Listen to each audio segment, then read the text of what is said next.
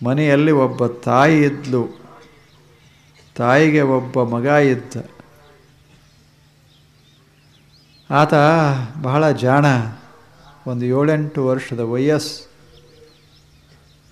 ಮಗ ಬಹಳ ಬೆಳೀತಾ ಇದ್ದ ಚೆನ್ನಾಗಿ. ಒಂದು ಸಲ ತಾಯಿಗೆ ಜಡ್ಡಾಯಿತು, ಗುಣ ಆಗಲಿಲ್ಲ.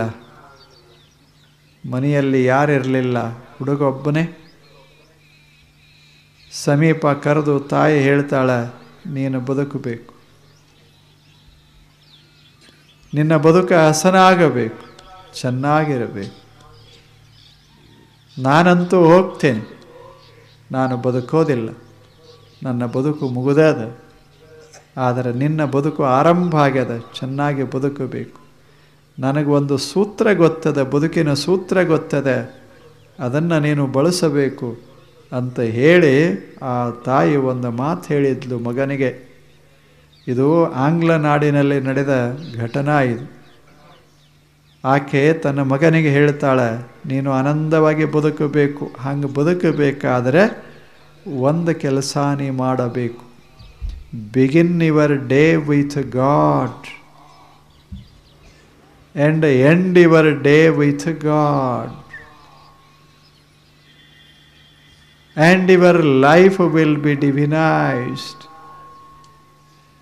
ದೇವರನ್ನು ನೆನೆಸ್ಕೋತ ಏಳು, ದೇವರನ್ನು ನೆನೆಸ್ತಾ ಮಲಗು, ಆಯ್ತು, ಇಷ್ಟು ಮಾಡು, ನಿನ್ನ ಬದುಕು ದಿವ್ಯವಾಗ್ತದೆ ಅಂತ ಹೇಳಿ ಪ್ರಾಣ ಬಿಟ್ರು. ಮಕ್ಕಳಿಗೆ ಹೇಳೋ ರೀತಿ ಎಷ್ಟು ಅದ್ಭುತ. ದೇವನನ್ನು ನೆನೆಸ್ತಾ ಏಳು. ಏಕೆ ಈ ಜಗತ್ತೆಲ್ಲ ದೇವನೇ, ಜಗತ್ತಿನ ಹಿಂದಿರುವ ಅಕ್ಷರ ದೇವ. ಅದನ್ನು ನೆನಪ ಮಾಡಿಕೊಂಡು ಏಳು, ಅದನ್ನು ನೆನಪ ಮಾಡಿಕೊಂಡೇ ಮಲಗು. ಏನು ಬಹಳ ಮಾಡಬೇಡ, ಕೊಡೋದಿಲ್ಲ, ತಗೊಳ್ಳೋದಿಲ್ಲ, ಏನಿಲ್ಲ, ನೆನಪ ಮಾಡಿಕೊಳ್ಳೋದಷ್ಟೆ. ಅದಕ್ಕೆ ದೇವಸ್ಮರಣ ಅಂತ ಕರಿತೇವೆ. ಅದೇ ಪೂಜನ, ಅದೇ ಸ್ಮರಣ. ಅದಕ್ಕೆ ಯಾವಾಗ ನಾವು ಬದುಕನ್ನು ಕಟ್ಟಿಕೊಳ್ತೇವೆ ಇದನ್ನು ಮರಿಬಾರದು. ಮೊದಲನೇ ಕೆಲಸ ಏನು ಅಂದರೆ ಸ್ಮರಣ ಮಾಡೋದು.